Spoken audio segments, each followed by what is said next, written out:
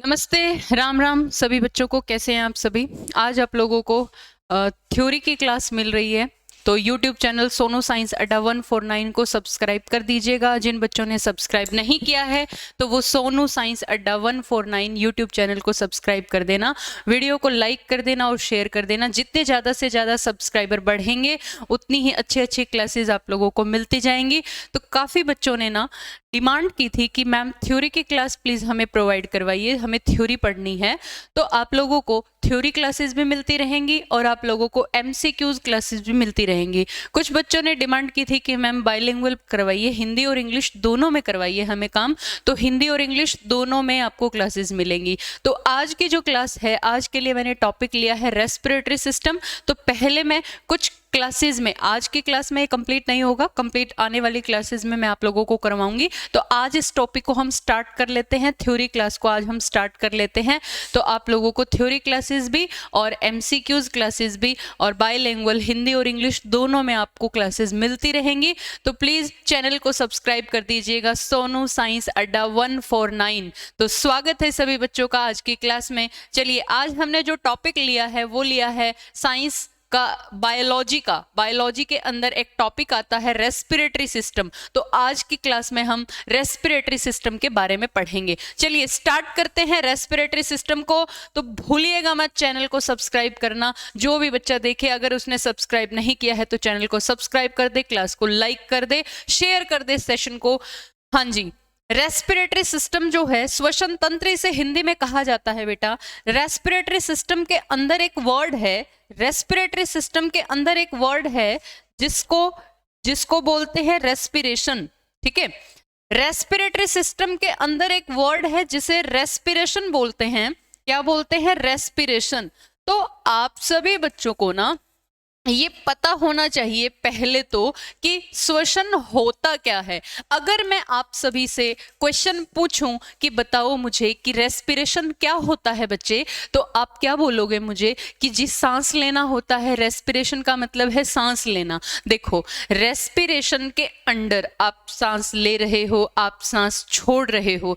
Respiration क्या होता है इसकी डेफिनेशन तो हमें पढ़नी ही है, लेकिन आप लोग इस बात को समझिएगा कि सांस लेना और सांस छोड़ना ये एक एक्शन है। इट इज एन एक्शन, ये एक क्रिया है। ठीक है, और रेस्पिरेशन क्या है अब समझिएगा कि रेस्पिरेशन क्या है। तो रेस्पिरेशन क्या है बच्चे? रेस्पिरेशन एक प्रक्रिया है। It is a process. Respiration क्या है? It is a process. Respiration क्या है? It is a process in which, जिसमें क्या होगा, इन विच फूड, जो फूड है वो कन्वर्ट हो जाएगा किसमें? In which food converts into energy. Respiration is a process in which food converts into energy, जिसमें फूड क्या है? एनर्जी में कन्वर्ट हो जाता है। तो ये तो हो गई डेफिनेशन की बात। अगर एग्जाम में आप लोगों को ये डेफिनेशन लिखी हुई मिलती है कि वो प्रोसेस जिसमें फूड यानी कि भोजन, फूड यानी कि भोजन किस में बदल जाए? भोजन किस में बदल जाए? भोजन ऊर्जा में बदल जाए। भोजन किस में बदल जाए? भोजन ऊर्जा में बदलता है।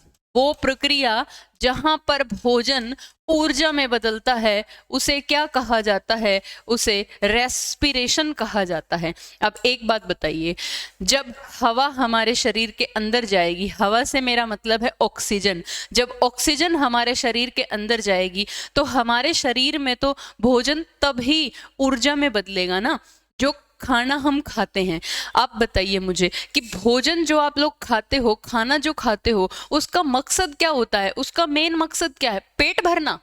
नहीं, उस भोजन से हमें एनर्जी मिले, हमारे शरीर को दिन भर की तमाम तरह की गतिविधियां हम करते हैं, तमाम तरह के काम हम करते हैं, वो तभी कर पाते हैं ना जब हमारे बॉडी को एनर्जी मिलेगी। और एनर्जी मिलने के लिए हमें कुछ खाना पड़ेगा। तो जो खाया है हमने, उस खाने को ऊर्जा में बदलने के लिए जो प्रोसेस होती है उसे रेस्पिरेशन कहा जाता है। ठीक है, इतनी बात क्लियर है। अब हम लोगों के शरीर में ऑक्सीजन जब प्रेजेंट होगी ना तभी ऊर्जा बनेगी। हमारे शरीर में ऊर्जा बनने के लिए ऑक्सीजन का होना जरूरी है।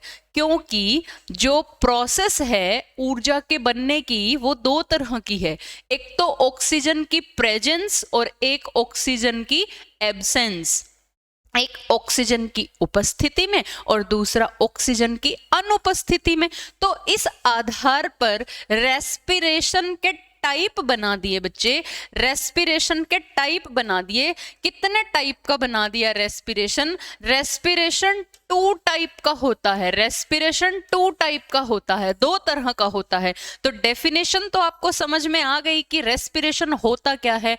2 टाइप होते हैं इसके, 2 तरह का होता है रेस्पिरेशन। कौन कौन से 2 यहाँ पर पार्ट हैं, चलिए हम देखते हैं कौन कौन से 2 पार्ट हैं। Respiration has 2 part, respiration has 2 part, respiration has 2 parts. कितने पार्ट हैं? 2 पार्ट हैं, 2 पार्ट हैं। श्वसन के कितने भाग हैं? श्वसन के 2 भाग हैं। पहला भाग है aerobic respiration, aerobic respiration. First part कौन सा है? Aerobic respiration. देखो आज तक जिन बच्चों को समझ में नहीं आया था ना कि ये एरोबिक एनएरोबिक क्या है, एग्जाम में यहाँ क्वेश्चन आ जाता है, कंपटीशन एग्जाम में, तो कौन से वाले हिस्से से ज्यादातर क्वेश्चन आता है, आज उन सभी बच्चों के ना डाउट्स क्लियर हो जाएंगे। और अगर ध्यान से इस क्लास को देखोगे तो श्योरली आप लोगों को इसी क्लास के अंदर ना याद हो जाएगा, आपको बार बार याद करने की आवश्यकता ही नहीं रहेगी अगर ध्यान से देखेंगे तो।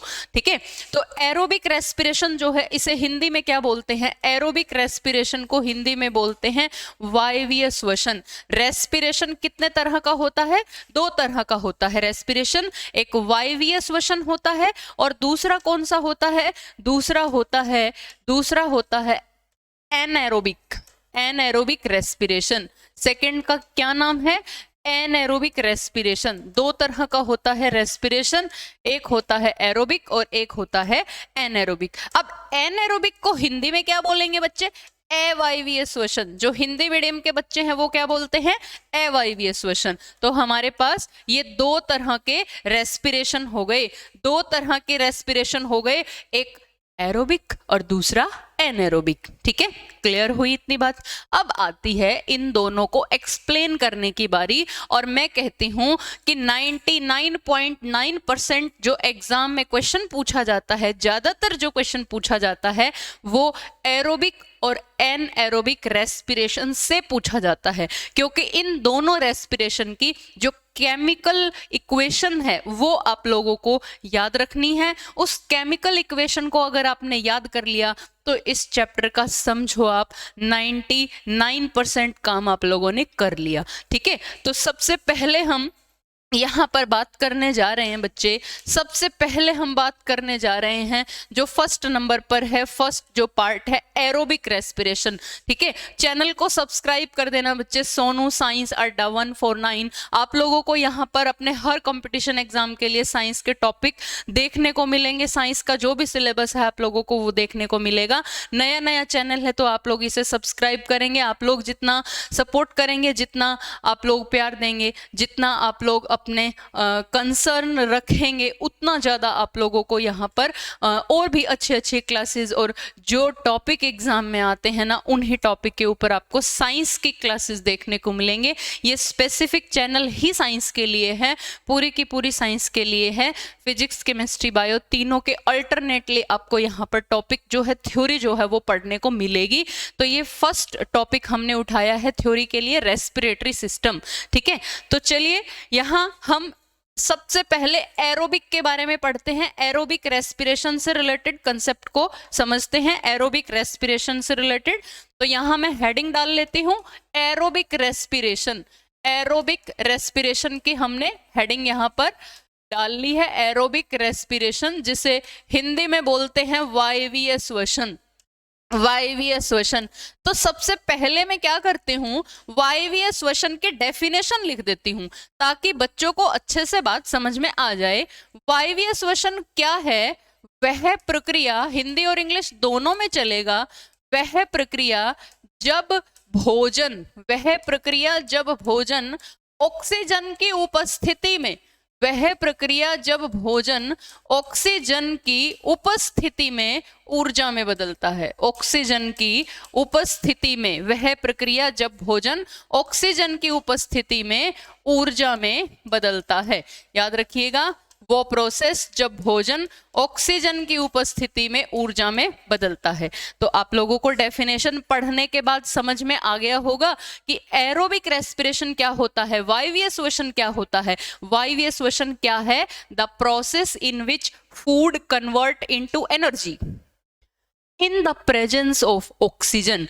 जब फूड कन्वर्ट होगा एनर्जी में, कब? जब प्रेजेंस होगी बेटा ऑक्सीजन की, in the presence of oxygen. जब ऑक्सीजन प्रेजेंट है तब फूड कन्वर्ट हो रहा है, किसमें? एनर्जी में कन्वर्ट हो रहा है, ठीक है, ऊर्जा में बदल रहा है। तो इसको बोलते हैं वायवीय श्वसन। अब आती है बारी इसकी केमिकल इक्वेशन की, केमिकल रिएक्शन की। आपसे पेपर में वायवीय श्वसन की रासायनिक अभिक्रिया देके, केमिकल रिएक्शन देके क्वेश्चन पूछ सकता है। तो केमिकल रिएक्शन देखते हैं। सबसे पहले डेफिनेशन की तरह हम अगर बात करें, डेफिनेशन के अकॉर्डिंग अगर हम बात करें, तो सबसे पहले भोजन, क्योंकि अगर कुछ खाएंगे नहीं तो ऊर्जा कहाँ से बनेगी? ऊर्जा भी तो तभी बनेगी ना जब कुछ खाएंगे। खाएंगे मतलब आप जूस पी रहे हो, आप कुछ भी, इन द सेंस हम उसको, क्योंकि हमारे खाने में सबसे ज़्यादा कार्बोहाइड्रेट होती है। हमारी ऊर्जा का जो मेन जो सोर्स है वो कार्बोहाइड्रेट है, और कार्बोहाइड्रेट का जो छोटा रूप है वो है ग्लूकोज। तो हम यहाँ पर भोजन के लिए ग्लूकोज को यहाँ लिखते हैं C6H12O6। It is a carbohydrate, it is glucose, ठीक है, ग्लूकोज होती है। क्योंकि कोई भी कार्बोहाइड्रेट जब डाइजेस्ट हो जाती है हमारे शरीर में जाके, तो हमारे ब्लड में वो ग्लूकोज के रूप में होती है।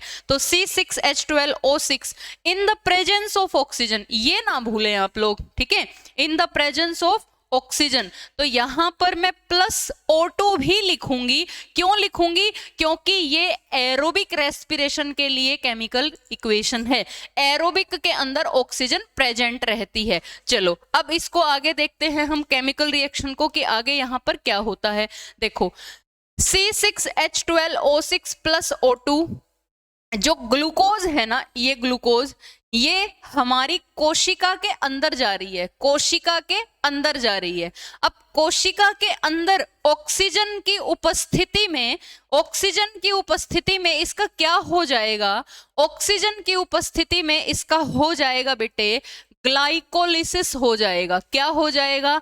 ग्लाइकोलिसिस हो जाएगा, ग्लाइकोलिसिस। अब एक क्वेश्चन और यहां पर बन गया कि ग्लाइकोलिसिस क्या होता है। ग्लाइकोलिसिस क्या होता है? ग्लाइकोलिसिस का मतलब है ग्लूकोज का विखंडन, ग्लूकोज का टूट जाना। ग्लाइकोलिसिस का मतलब क्या है? ग्लूकोज का विखंडन, ग्लूकोज का टूट जाना, ठीक है। ग्लाइकोसिस का मतलब क्या है? ग्लाइकोलिसिस का मतलब ग्लूकोज का विखंडन, ठीक है, ग्लूकोज का टूट जाना। अब मैं ये कह रही थी कि हमारी कोशिका के अंदर ग्लूकोज का विखंडन हो गया in the presence of oxygen, oxygen की उपस्थिति में हो गया। और ये काम जो हुआ है ना, यानी ग्लूकोज जो टूट गई है, ये कोशिका के कौन से भाग में होता है? ये काम कोशिका द्रव्य के अंदर होता है। ये काम किसके अंदर होता है? कोशिका द्रव्य।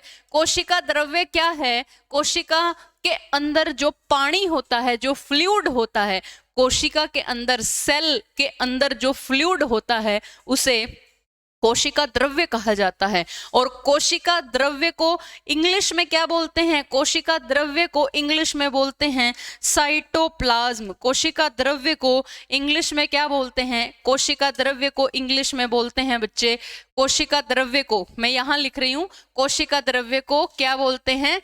साइटोप्लाज्म बोलते हैं, साइटोप्लाज्म, ठीक है। कोशिका द्रव्य को इंग्लिश में बोलते हैं साइटोप्लाज्म। देखो, जब ग्लूकोज का विखंडन हुआ साइटोप्लाज्म के अंदर, कोशिका द्रव्य के अंदर, ऑक्सीजन की प्रेजेंस में, तो क्या बनेगा? साइटोप्लाज्म के अंदर क्या बनेगा? साइटोप्लाज्म के अंदर बन जाएगा पायरुविक एसिड। क्या बन जाएगा? पायरुविक एसिड बन जाएगा बच्चे। क्या बनेगा? पायरुविक एसिड बन जाएगा। ठीक है, पायरुविक एसिड को पायरुवेट भी कहते हैं, पायरुविक एसिड को पायरुवेट भी कहते हैं। यानी कि ग्लूकोज जो है वो टूटकर in the presence of oxygen, cytoplasm के अंदर ग्लूकोज का जब विखंडन हुआ ऑक्सीजन की उपस्थिति में, तो हमें क्या प्रोडक्ट मिला? Pyruvic acid. और पायरुविक एसिड फाइनल प्रोडक्ट नहीं है, फाइनली तो हमें एनर्जी चाहिए ना, क्योंकि भोजन का ऊर्जा में बदलना रेस्पिरेशन है। तो भोजन अभी ऊर्जा में कहां बदला है? अभी तो पायरुविक एसिड बना है। तो पायरुविक एसिड का फार्मूला भी आप लोग ध्यान रखना।